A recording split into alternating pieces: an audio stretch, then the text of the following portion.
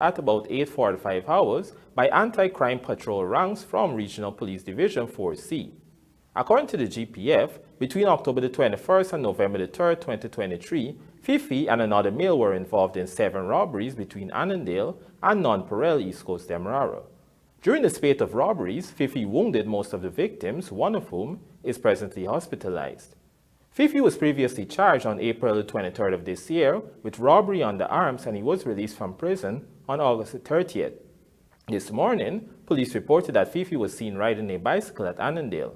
As a result, the ranks responded in a forced motor vehicle, and as they approached Annandale Cross Street, the robbery suspect was seen riding a red bicycle with a cutlass between the bar. On seeing the police vehicle, the young man began to ride faster and turned into a street that runs north to south. The ranks gave chase, during which Fifi pulled out what appeared to be a handgun, and 2 loud explosions were heard. The ranks took cover, and one rank discharged a round in Fifi's direction, who by this time had dropped his bicycle and jumped a fence. The suspect collapsed in the yard, a wound was seen on his lower back, and he was rushed to the Georgetown Public Hospital, where he was pronounced dead at about 9:44 hours today. Meanwhile, police found 2.25 spent shells, along with a .25 pistol without serial number, and a magazine containing 3 rounds in a drain next to the fence which Fifi had jumped. Investigations continue. A female bar owner was, in the wee hours of today, tied up and robbed by 2 armed and masked bandits at her New Amsterdam BERBICE home. Our BERBICE correspondent, Andrew Carmichael, reports that the men broke a door to gain entry into the businesswoman's home and even had time to consume beer as the security guard slept. Here is more. Barbara Singh, a 63-year-old businesswoman of Lot 4, Smithfield, New Amsterdam, Berbice, lives alone and operates a bar on the bottom flat of her 2-story house. According to the police, the bandits managed to escape with approximately $500,000 in cash and a quantity of gold jewelry and 1 Samsung A52 cell phone. Both men were reportedly masked, with one wearing a camouflage shirt and a hat. The incident occurred sometime between 1:30 and 3:30 on Saturday, after the bandits scaled a fence and entered the yard and used a crowbar to break into the house via a door. According to Singh, she was awoken by a noise of barking dogs. She called on the security guard, but he was asleep. She eventually got him up, and after making some checks around the property, he assured her that everything was fine. I go back in my bed. Go back, I hear one hard noise when I see the 2 men come in, one with a big long gun and a small gun.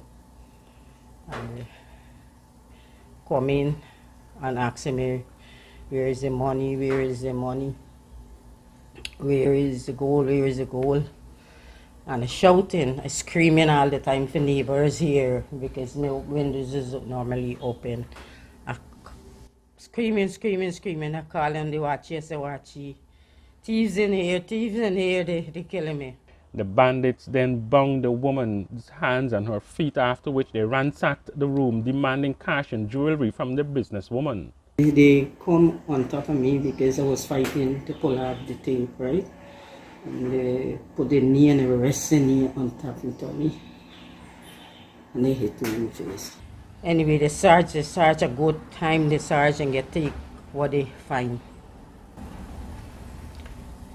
It's a good mount, what I can say. It's a good mount, and they take everything. Even my watch, even my phone, my expensive watch, even my phone, they take everything. After getting their hands on the loot, the men then made their way downstairs into the bar, where they started drinking beers.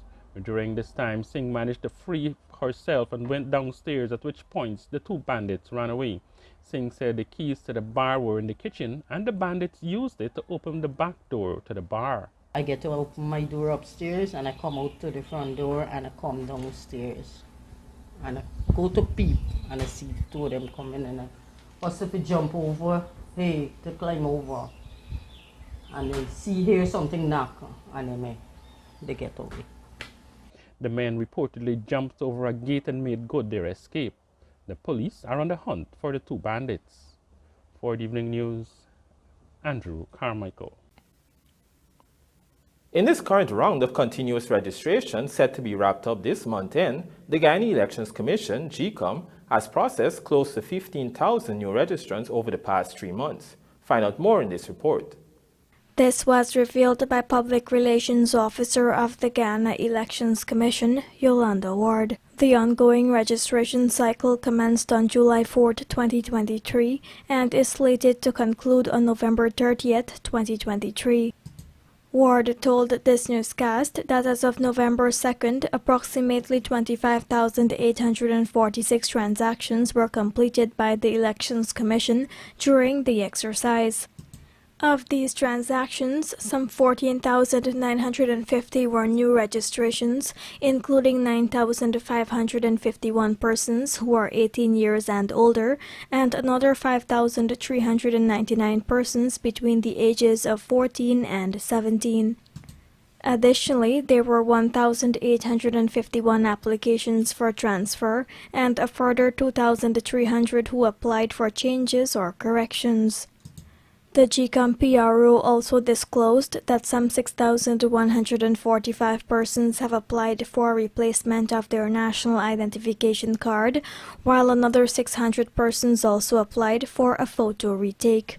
With this round of continuous registration set to wrap up this month end, teens who will be 14 years and older by the end of December 2023 and are Guyanese citizens by birth, descent, naturalization, or registration, or citizens from a Commonwealth country living in Guyana for 1 year or more can apply for registration, provided that they were never registered. Existing registrants who are desirous of updating their records, such as a request to correct or change their names, date of birth, occupation, and update their addresses, are advised that those transactions would also be facilitated during this exercise. All eligible persons are reminded to visit the GECOM registration office responsible for the area where they live to apply for registration or changes or corrections. Only Tuesday last, GECOM had advised persons who have applied for registration to ensure that they uplift their national ID cards at the earliest time. Rupa Sinarayan, The Evening News. We now tell you that the Guyana government has this year made its 6th withdrawal from the Natural Resource Fund, NRF, to the tune of more than $20 billion to finance its aggressive national development priorities. Details in this report. In a statement on Friday, the Ministry of Finance explained that this latest drawdown from the National Resource Fund, which is being held at the New York Federal Reserve Bank, is in accordance with the NRF Act 2021 and the approved 2023 budget. This sixth transfer for the year saw a total of $20.8 billion Guyana dollars, or 100 million US, taken out of the NRF on October 24, 2023, and placed into the consolidated fund. Back in December 2021, the Guyana government amended the NRF Act to bring greater transparency and accountability in the management of Guyana's oil resource, including the requirements of the government to seek annual parliamentary approval for withdrawals from the NRF as stated in Section 19 of the NRF Act 2021. Pursuant to that provision, as part of its consideration of the budget process, the Parliament approved a total of $208.9 billion Guyana dollars, or 102 billion US, to be withdrawn from the NRF in 2023. Last month's withdrawal now brings the accumulated transfers to date this year up to 156 billion Guyana dollars, or 750 million US dollars.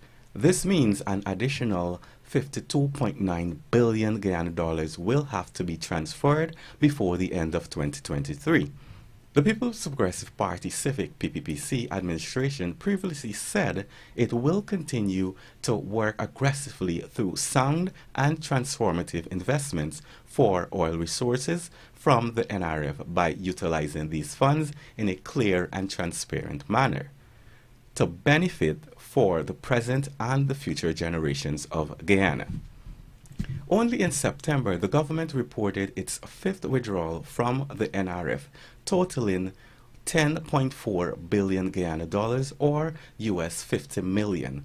This followed transfers in August and September, amounts totaling 200 million US or Guyana 41.6 billion.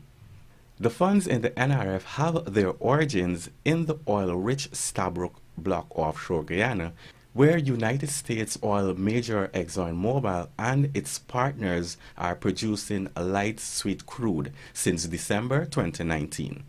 I am Kamisi Slow, reporting for the Evening News. Police in the Region 1 sub-district of MORUCA on Thursday evening intercepted 2 boatloads of Venezuelan migrants in local waters.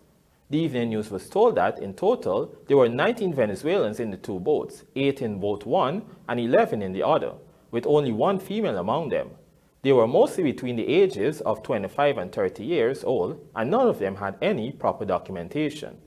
The boats were captained by Guyanese persons who told the police they were hired to transport the Spanish-speaking persons to Charity on the Essequibo coast. The vessels were intercepted at approximately 18:30 hours at the MORUCA waterfront area after one of the vessels had stopped to buy food items. The second vessel was subsequently found further out in the MORUCA River, awaiting the return of the other boat. The 2 Guyanese boat captains and 19 Venezuelans were transferred on Friday morning to the Mabaruma police station, where they were processed and interrogated. This newscast was told that the Venezuelans would likely be sent back to their home country. Only last Saturday, another set of Venezuelan migrants whose vessels had docked at Anna Regina on the Essequibo coast were also transferred to the Region 1 police headquarters at Mabaruma. Coming up on the other side of the break, GPL projects power demand to be more than 230 megawatts in 2024. Please stay tuned.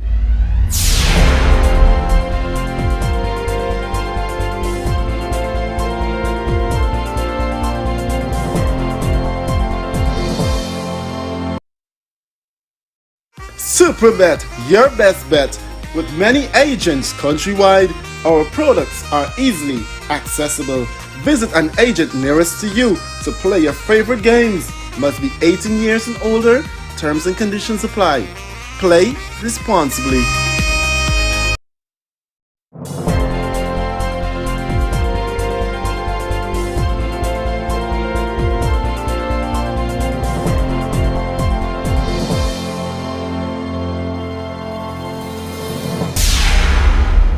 Welcome back. You are watching the Evening News. The demand for power has been growing exponentially as the country's unprecedented development unfolds, and this will only continue in the new year, with the Guyana Power and Light projecting peak demand to reach as much as 236 megawatts. Here's Rupert Sinarayan with more. When the PPPC government entered office in 2020, the demand was 120 megawatts.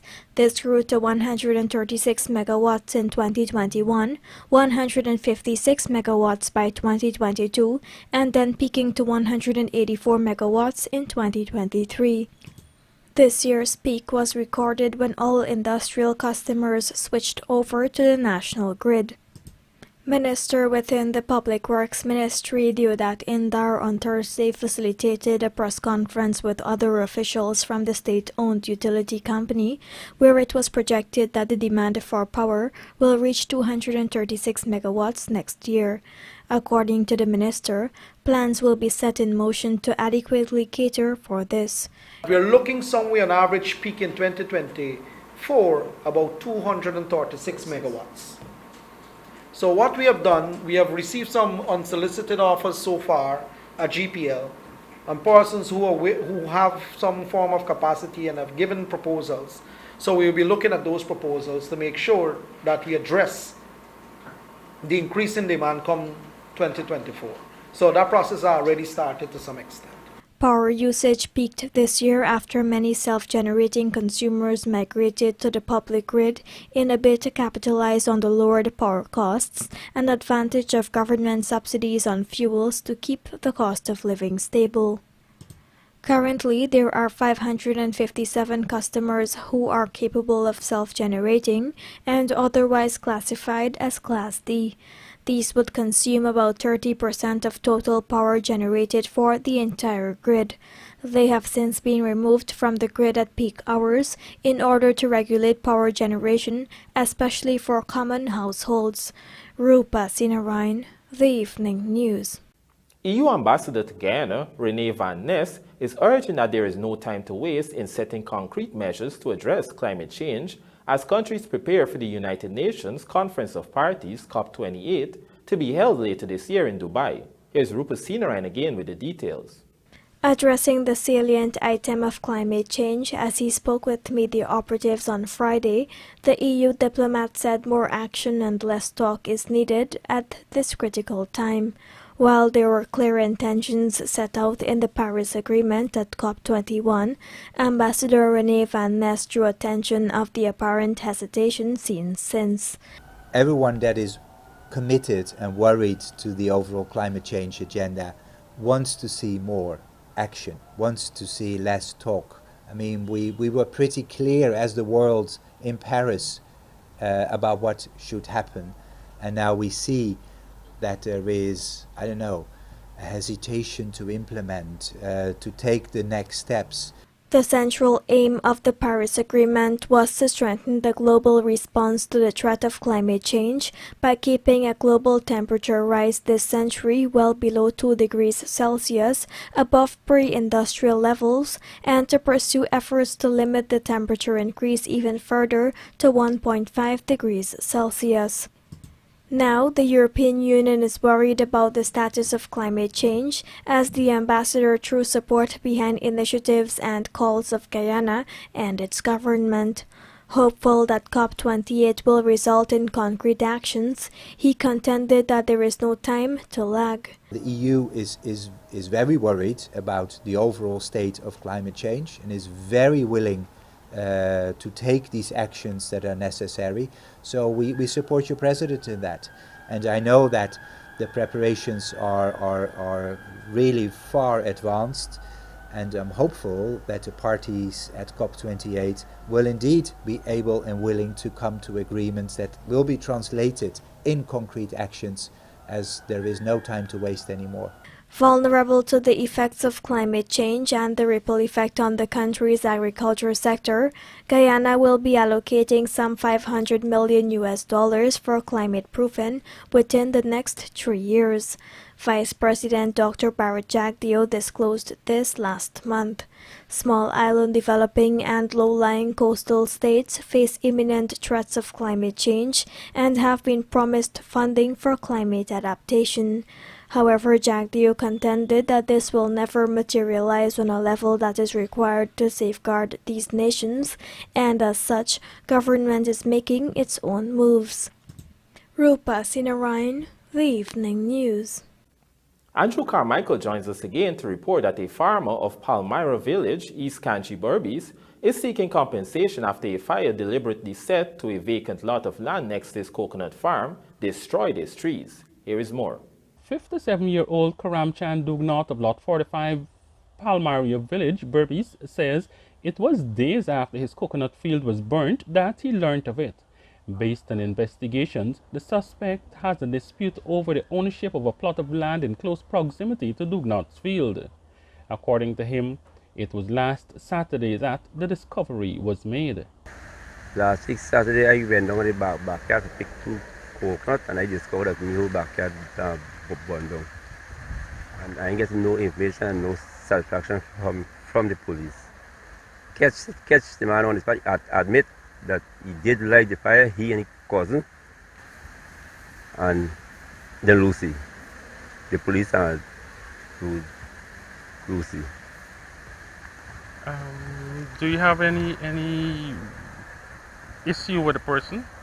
No, we get no issue. The coconut trees were planted more than 3 years ago and recently started to bear. The police say they can only move forward if evaluation of the damages is done. Dugnauth says the National Agriculture Research and Extension Institute, NARI, has since visited to assess the damages. The man admit to them that he did light the fire, he and his cousin. What the fire service told you? They told me that they can't give me no information concerning what happened to me on me premises and how the fire started. They can't give no image. The police have got to get a report. So the police got to write a letter to them to request a report. What do you want now? Well, I'm looking for compensation.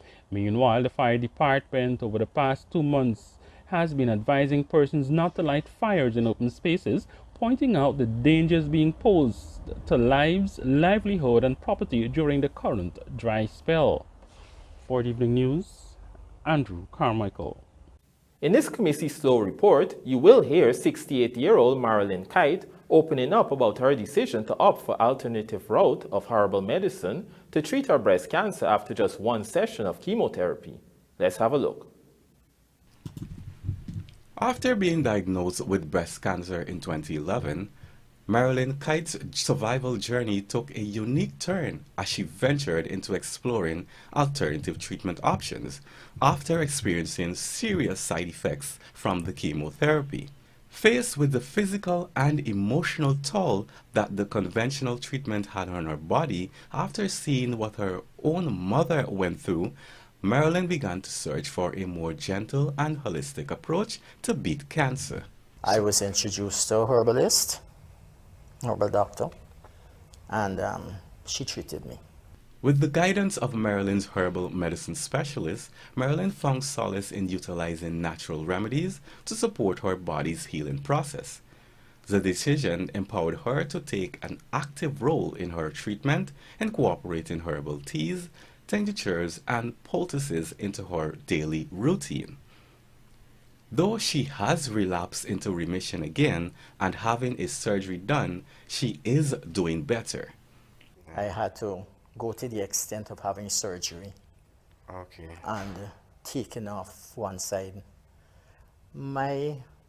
At first I didn't want to do it because, I was studying, cosmetic, how you're gonna look and what have you. But then, I was encouraged and I learned that, well, okay, I have prostate. So, okay. And I had problems after the surgery. Not cancer problems, but the actual cut was creating a problem. So the doctor advised, well, take it off altogether. So I said, okay, take it off. I understand.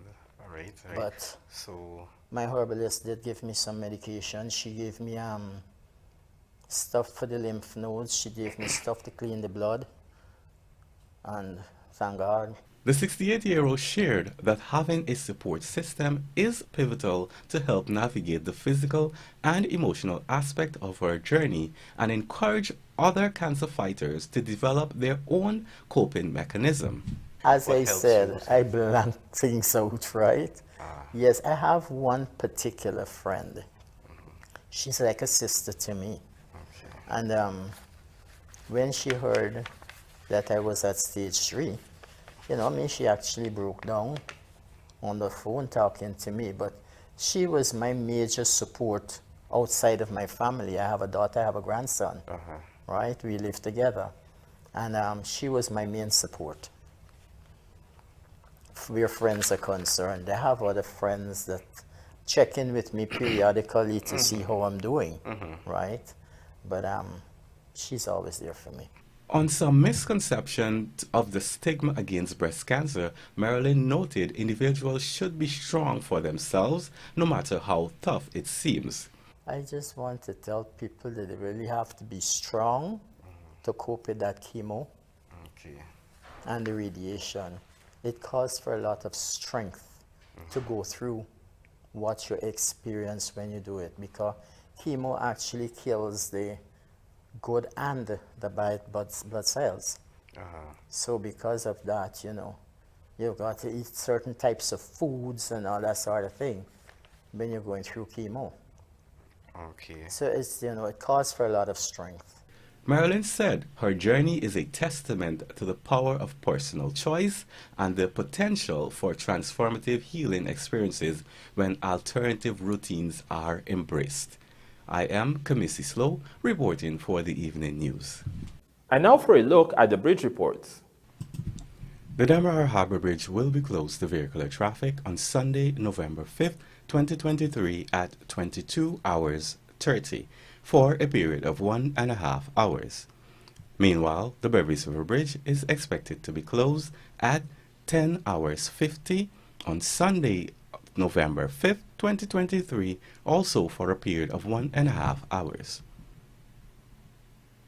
Windies women rout Thailand for 46 in Tri-Nation Series. This and more coming up in the Sportscast, sponsored by McCord.